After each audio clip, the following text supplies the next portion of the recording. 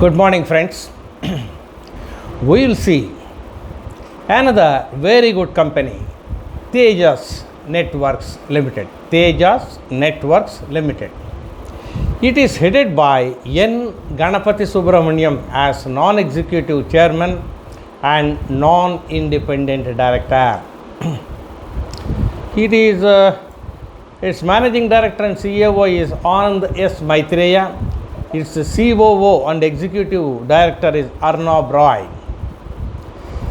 Tejas Networks Limited is currently a part of Pantone Finevest Limited, which is a subsidiary of Tata Sons Limited. It is manufacturing wireless network products and wireline network products also. So, it is competing with big world-class companies also.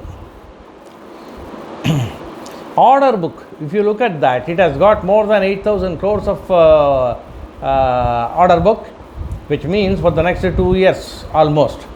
It is very safe and it is going on bagging further and further orders. It has a few subsidiaries also. The customer base is the telecom service providers, ISPs, critical infrastructure providers, web-scale companies, government agencies, etc. R&D is very essential for Tejas Networks company. Geographical presence mostly India, but it is going into 75 plus other countries like USA, UK, Mexico, Brazil, etc. It is competing with global players like Nokia, Huawei, Ciena and others. So it has got strategic alliance with other telecom service providers and other companies, other countries. It is benefiting from schemes like the PLI, Productivity Linked Incentive Scheme. Now let us look at its Q1 performance.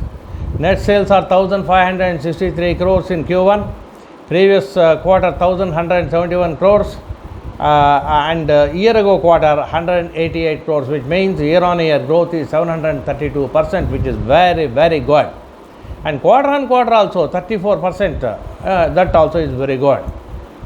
Now there is other operating income in the previous quarter, that is Q4 of last year, 156 crores.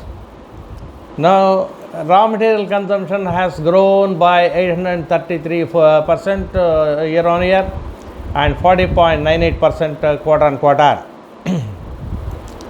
Now, profit before tax 122 crores in Q1, 233 crores in previous quarter and minus 66 crores in year ago quarter. The reason for the previous quarter, as I said, is some expenses have grown in the previous quarter, have come down in the previous quarter rather. So, profit has gone up in the previous quarter. Now, profit before tax, if you look at that, is 122 crores in the latest quarter, 233 crores in the previous quarter and minus 66 crores in the year ago quarter. So 285% growth in year on year, but minus 48% quarter on quarter. Net profit likewise 77.48 crores in the latest quarter, 146.78 crores in the previous quarter and minus 26.29 crores in the year ago quarter. So 395% jump in net profit year on year, but minus 47% quarter on quarter. Equity is 174%. Basic EPS is 4.54 against face value of 10 rupees. So overall I can say the performance in the current quarter is good and expectation for the future quarters depending on the order book is also very good. EBITDA also has jumped up by 1007% year on year. So, its 52-week high is something like 1,312 rupees. The volumes are very good 52-week range. If you look at that, it is now very near to 52-week high. So EPS growth is very good, quarterly growth also is very good, ROCE, ROA and ROE all are improving, quarterly net profit etc. is improving, revenue is improving for the last several quarters, almost 4 quarters. The company has zero promoter pledge, book value is improving. So cash generation is coming down slightly, that is one this thing. But promoters have decreased their holding by 0.1%, something like that. Company has got growing costs for long-term projects, and price earning is at present very high. RSI is indicating price weakness. So technicals are slightly bearish during the last 15 days, but for the last 2 months it was good. Prior to that it was sluggish. Basically it is a strong performance because of the order book etc. Face value is 10 rupees. Price performance, if you see, in 1 year it has grown by 50%. In 3 years 533%. So it was a multi-bagger in 3 years.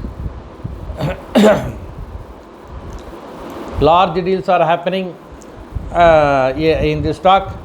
Promoters have decreased their holding from 56.6 to 56.5, that is 0.1% in the latest quarter. Mutual funds have increased their holdings. FIIs have decreased their holdings slightly. Institutional investors have also decreased their holdings slightly. So Tejas network is looking to compete with the global bigwigs also. It has already bagged a number of tenders for various service providers, especially BSNL. So it is looking forward to more and more tenders also. So it believes that it has got world-class products. So wherever it goes, it gets a seat at the tendering table, which means it can compete with any of the world's bigwigs. And they are looking at organic growth and inorganic growth, both mergers, acquisitions, partnerships, etc. So 4G it is already comfortable with, and 5G and 6G also it is trying. And whenever BSNL gets 5G and 6G, it is likely to depend upon Tejas. So future, Tejas feels that future will be very good for Tejas networks. So 5G and 6G also. So basically R&D it is going into for futuristic technologies also like 6G. The Department of Telecom has launched a scheme called Bharat 6G Alliance, B6GA, Bharat 6G Alliance in 2023 to bring industry players, academia and research organizations together to advance the Bharat 6G mission, and Tejas wants to be a part of it. So overall, Tejas is competing very well in all tenders and trying to bag tenders of big organizations like BSNL etc., railways and so many other organizations also.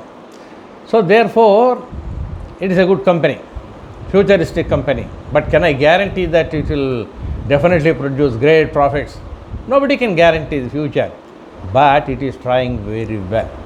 The latest quarter's results are also very good.